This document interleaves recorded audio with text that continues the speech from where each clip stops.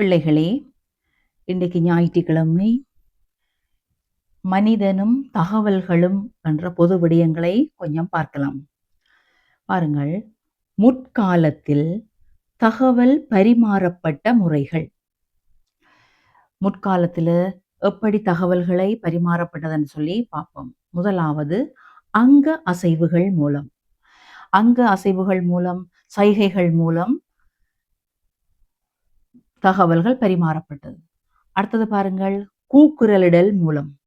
கூக்குரலிடல், ஓ என்று சத்தமிடல், கூ அடிக்கிறவே, கூ அடிச்சு சத்தம் போட்டு தங்களோட செய்திகளை தகவல்களை பரிமாறிக்கொண்டார்கள்.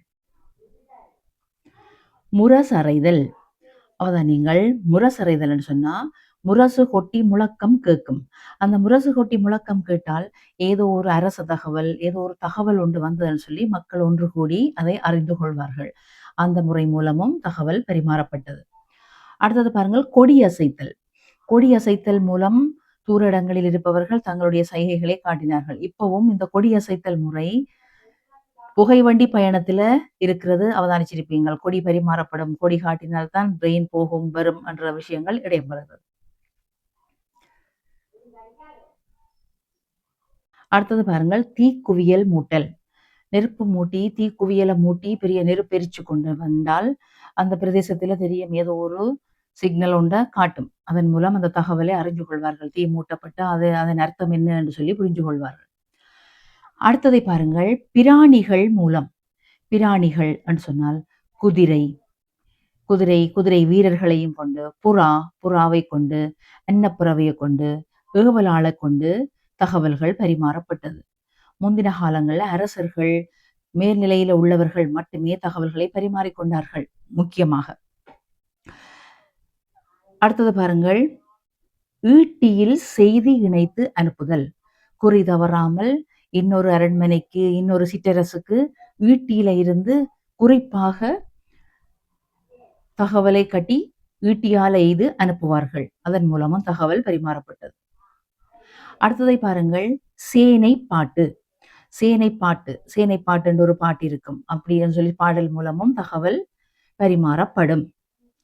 அதாலதான் அந்த பாட்டுகள் ஏலேலோ ஐலசா என்று சொல்லி கடற்கரையில ஒரு பாட்டு இருக்கும். அப்படி நாட்டார் பாடல்கள் உருவாகின விதமே இந்த சேனை பாட்டு. இதை கொண்டு தகவல் அனுப்பப்பட்டது. அடுத்தது புகை எழுப்புதல், புகை ஊட்டுதல். இப்போ ஒரு பிரதேசத்துல புகை மூட்டப்பட்டிருந்தா அந்த புகையின் நிகழ்வை கொண்டு தெரியும் ஏதோ ஒரு விடயம் நடைபெறுகிறது என்பதை தகவல் மூலம் அறிந்து கொள்வார்கள். பாருங்கள், நவீன தொடர்பாடல் சாதனங்கள். முதல் புராதன சாதனங்கள் பார்த்தாங்க. இப்ப நவீன தொடர்பாடல் சாதனங்களை வேண்டு பாருங்கள். தொலைபேசி, தொலைபேசி, தொலைக்காட்சி, டிவி என்று சொல்லுவோம், டெலிவிஷன். வானொலி, ரேடியோ என்று சொல்லுவோம், ரேடியோ மூலம் எங்களுக்கு தகவல் கிடைக்கிறது. அடுத்த மின்னஞ்சல், மின்னஞ்சல் மூலமும் இமெயில் மூலமும் எங்களுக்கு தகவல்கள் கிடைக்கப்படுகிறது. இணையம், இணையம், கணினி, கம்ப்யூட்டர் மூலமும் எங்களுக்கு தகவல் கிடைக்கப்படுகிறது. தொலை நகல், ஃபைக்ஸ் என்று சொல்லுவார்கள், ஃபைக்ஸ் மூலமும் எங்களுக்கு தகவல் பரிமாறப்படுகிறது. அடுத்தது பாருங்கள், கைபேசி, செல்லிடப்பேசி என்று சொல்லுவோம், செல்போன், ஸ்மார்ட் போன் அப்படியான வகைகளும் எல்லாம் கைபேசிக்குள்ள வரும். பத்திரிகைகள் மூலமும் தகவல்கள் தொடர்பாடல் சாதனங்கள் இருக்கு. நூலகம், நூல்கள், சஞ்சிகைகள் மூலமும் தொடர்பாடல் நடைபெற்று கொண்டது. கவனிங்கள் பிள்ளைகளே, தொடர்பாடல் கூறுகள் எவை? தொடர்பாடல் கூறுகள் என்று சொன்னா தொடர்பாடல்ல 3 விடயங்கள் காணப்படும். ஒன்று, தகவலை அனுப்புபவர். அடுத்தது, அனுப்பப்படும் ஊடகம். இரண்டாவது, ஊடகம். அடுத்தது, தகவலை பெற்றுக்கொள்பவர், பெறுநர். அனுப்புபவர், ஊடகம், பெறுநர் என்ற 3 நபர்கள், 3 பகுதி சம்பந்தப்படுகிறதன் மூலம்தான் தொடர்பாடல் கூறுகள். ஒளிப்படங்கள் அனுப்பவும், இருவட்டு வீடியோ காட்சி மூலம் தகவல்கள் பரிமாறவும், குரல் வழி அஞ்சல் அனுப்பவும் சிறந்த ஊடகம் எது என்று சொல்லுவோம். கேள்வியை பாருங்கள். ஒளிப்படங்கள், போட்டோஸ் அனுப்புறதுக்கு, இருவட்டு வீடியோ காட்சிகள் மூலம் தகவல்களை அனுப்புறதுக்கு, அடுத்த குரல் வழி அஞ்சல், வாய்ஸ் மெசேஜ் மூலம் அனுப்புறதுக்கெல்லாம் சிறந்த ஊடகமாக இருப்பது எது? மின்னஞ்சல், மின் அஞ்சல், இமெயில் என்று சொல்லுவோம். அடுத்ததை பாருங்கள், அச்சு ஊடகங்கள் எவை? அச்சு மூல ஊடகங்கள் எவை என்று பார்ப்போம். அச்சு, அச்சு மூலம் அடிக்கிற ஊடகங்கள் இது. அச்சு மூலம் பத்திரிகை, அச்சூடகம். சஞ்சிகைகள், அச்சடிச்சு வெளியிடப்படும் ஊடகங்கள். அடுத்தது நூல்கள், துண்டு பிரசுரங்கள், அறிவித்தல்கள், இவை யாவும் அச்சு ஊடகங்களாக கொள்ளப்படுகின்றன. அடுத்த வினாவை பாருங்கள். ஒரு பிரதேசத்திற்கு அவசர தகவலை வழங்குவதற்கு பொருத்தமான ஊடகம் எது? ஒரு இடத்துக்கு அவசரமாக மெசேஜ், அவசரமான ஒரு தகவலை கொடுக்கறதுக்கான ஒரு சிறந்த ஊடகம் எப்படியா இருக்கும்? ஒலிபெருக்கி. ஒலிபெருக்கி மூலம் இப்போ உதாரணம் எங்கட நாட்டிலே எல்லாம் டெங்கு பார்வையிட வாரதுன்னு சொன்னால், டெங்கு பரிசோதனைக்கு வருவதுன்னு சொன்னா PHA முதல் நாளைக்கு ஒலிபெருக்கியில அறிவிப்பார்கள். அடுத்தது நாய்க்கு ஊசி போடப்பட போகுது, ARV ஊசி போடப்பட போகுதுன்னு சொன்னால் ஒலிபெருக்கி மூலம் அறிவிப்பார்கள். அதன் மூலம் சிறந்த ஒரு பிரதேசத்துக்கு அவசர தகவலை அனுப்புறதுக்கு ஒலிபெருக்கி, ஒரு மரண அறிவித்தல் எல்லாம் ஒலிபெருக்கி மூலம் வழங்கப்படலாம். அவதானிங்கள். இலத்திரனியல் ஊடகங்கள், முதல் அச்சு ஊடகங்கள் பார்த்துனாங்க. அடுத்த இலத்திரனியல் ஊடகங்கள் எவ்வாறு பாருங்கள். தொலைபேசி, டெலிஃபோன் ஒரு இலத்திரனியல் ஊடகம்.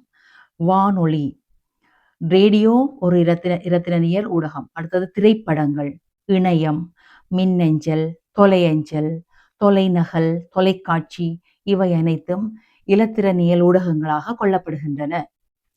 அதான் நீங்கள் பாடசாலையில் எமக்கு செய்தி கிடைக்கும் முறைகள் பாருங்கள். பாடசாலையில் எப்படி எங்களுக்கு தகவல் பரிமாறப்படுகிறது என்பதை பாருங்கள். மணி ஒலி மூலம், ஒரு பாடம் முடிந்து விட்டது, பாடம் ஆரம்பிக்க போகிறது என்பதை கூட மணி ஒலி மூலம் எங்களுக்கு அறிவிக்கப்படுகிறது. அடுத்தது ஒலிபெருக்கி மூலமும் பாடசாலைகளில் தகவல் பரிமாறப்படுகின்றது.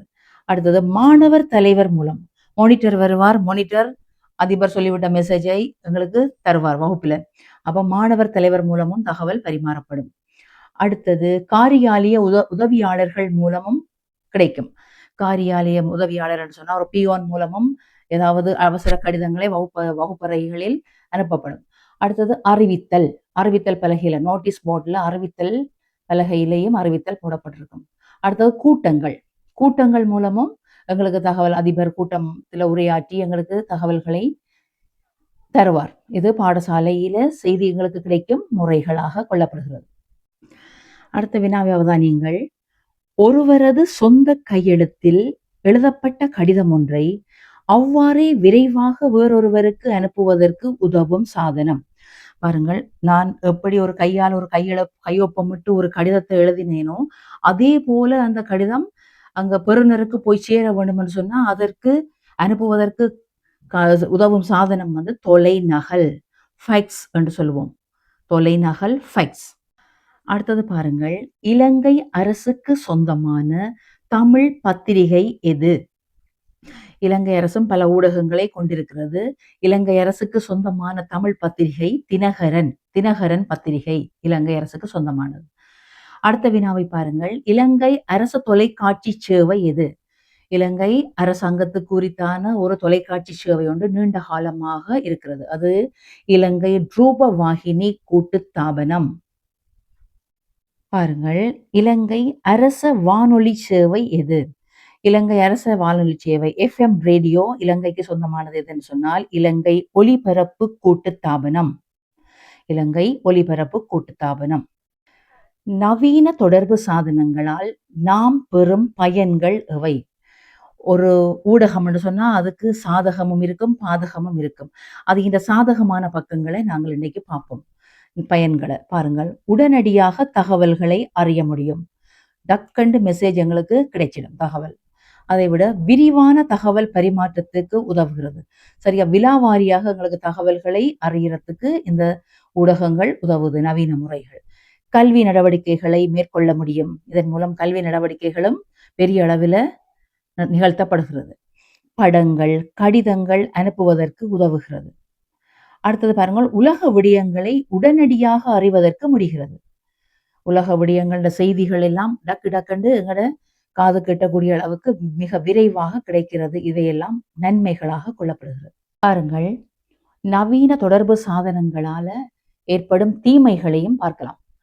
உங்களுக்கு நன்மை எவ்வளவு இருக்கோ தீமைகளும் இருக்கும். பாருங்கள், தீமைகள் சமூக சீர்கேடுகள். சமூக சீர்கேடுகள் அதிகரிப்புக்கு தொடர்பு சாதனங்களும் ஒரு விதத்துல காரணமாகிறது. அடுத்தது கொலை, களவு இடம்பெறுகிறதுக்கும் தொடர்பு சாதனங்களே காரணம் ஆகின்றது.